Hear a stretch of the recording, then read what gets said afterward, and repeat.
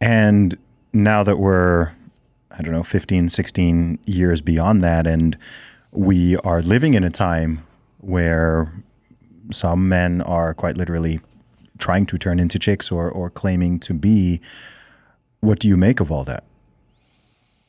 I mean, I think some of it is environmental. You know, you can only be exposed to so much plastic, you know, before you start messing with your chemistry. And like anything, it's an environment meets a sort of societal mores, and you know, and also a perception of what do women want, because guys are constantly trying to figure that one out, you know, for obvious reasons. So,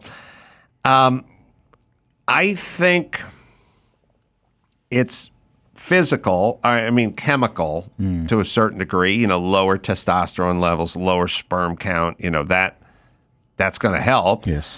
And then it's also constant bombarding of, and I grew up with this, you know, like if we had a woman president, we'd have no wars, you know what I mean? Like there's a lot of a woman, if we needed a woman. And then you see the commercials and it's the husband's a buffoon and the woman's smart. There's a lot of media messaging, and has been for the past several decades in the West, which is that men and women are equal, but women are a little bit better.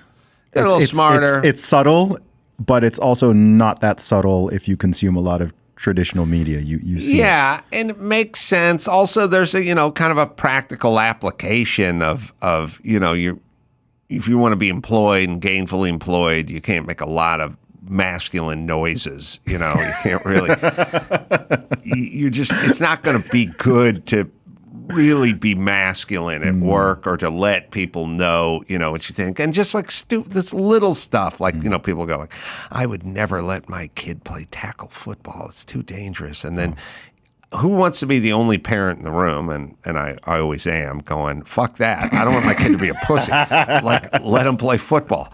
Like, you see, there becomes a herd mentality, and they start agreeing that the woman's side of the aisle is more evolved. Yes. They are evolved, and they think in a better, more evolved way. And we need less and less men. We don't have loggers anymore. You know what I mean? We have loggers, but we don't need vast numbers of guys who can walk along I-beams and put hot rivets into skyscrapers and stuff. Like we're breeding them out. Like we just don't need we need people doing coding, you know what I mean? And, you know, working in the gig economy and stuff. We don't need guys with big forearms who can handle pain, you know, taking care of business at a logging camp, you know? So, I mean, I would say it's a lot of forces that are pushing us a direction that is more feminine and less masculine. It's so interesting you say that. I've made the exact same observation, and I think it's what is resulting in a lot of the rising safetyism. Yes, as I call it. It's not safety. It's almost safety as an ideology. Yeah, safety above everything. Safety above Uber Alice. Yes, safety above liberty. Safety above personal development. Yes, safety above just everything. I call it nerfing the world. Yes. Instead of trying to make a child or an individual stronger, you try to remove every threat, every potential insult, every tiny thing that could, we trigger warnings in safe spaces, right? Anything that could make you even feel slightly uncomfortable or offended, instead of telling you to become more resilient and build yourself up so you can deal with that, it's just, okay, we're just going to X out and cancel and censor and ban all of it down, whether it's a Dr. Seuss book or whatever it is. It's, this person's coming to speak on a college campus. They might say something that some students disagree with, so we're just going to deplatform them and prevent them from even coming. All of this mentality, COVID was the ultimate expression of this, where I wouldn't even say safety. I would say the illusion of safety and the feeling of safety just superseded everything, including basic human rights. Yes. And because of this mentality being so pervasive, a very worrying number of people were okay with it. I mean, I remember when people started mocking the concept of freedom by spelling it, free DUMB. Oh, really? I didn't see that. Yeah, or even one of my personal childhood heroes, Arnold Schwarzenegger. I don't mean to call him out, but man, when he came out and said, screw your freedom. Man, I don't often have my heart broken by celebrities because I'm not that invested, but I was like, man, I was like, man, like this guy my whole life, like this is like the king of masculinity. I lost a lot of respect for him, especially coming from where he comes from. Exactly. I was just like, how, man, like if you want to wear your mask or you want to do it, like, cool, like you do you. But it was it's not enough for me to do it. Everybody else must do the same. I agree. And it's, I think a lot of this stuff is in the name of progress, and there are things like the progressive movement. It's got the word progress and movement in the title. So people go, when does it end? Where do they stop? I go, check the title.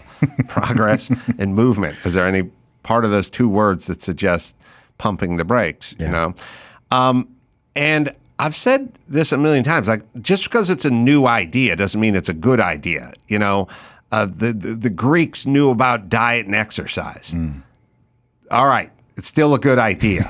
do you know what I mean? Yeah. It's diet and exercise. There is no way you can have the Weight Watchers fudge brownie, dessert, but it doesn't work. And so not every idea is progress. It's just a lot of it's different. And it's not different in a good way. And they're trying to steer us into this feminine sort of morass that somehow seems like progress. And again, I'm with you. The rounding over every sharp edge and putting a helmet on every kid, it's not good. And it has, there's no free lunches in nature. You're not allowed to do all this and not expect something to come out of it that you didn't anticipate and that you don't want and that does not benefit society. We were meant to be different, and that was a good thing. I would handle the thatching of the roof and you bake the bread, or you go down to the river and clean the clothes, and I'll hunt, or whatever it is we got to do. We don't want two people at the river cleaning the clothes, and we don't want two people baking the bread. Somebody's got to go shoot a deer, and the other has to cook the deer. And you don't want two shooting the deer and no one cooking the deer. This diversity, it's good. Yes. It's a good thing. It's good that you have baked in stuff with women and baked in stuff with men. And somehow we're trying to leach out all of the male qualities, and we need those male qualities in men. And I'll warn women first and foremost, you don't want this. Yes. You Women think complain you about want it. Now you're complaining about Yeah. it. Yes. Now, because when there's a bump in the night, you're both laying in bed, you don't want to play rock, paper, scissors to see who's going downstairs. That's what the guy should be doing. Yeah.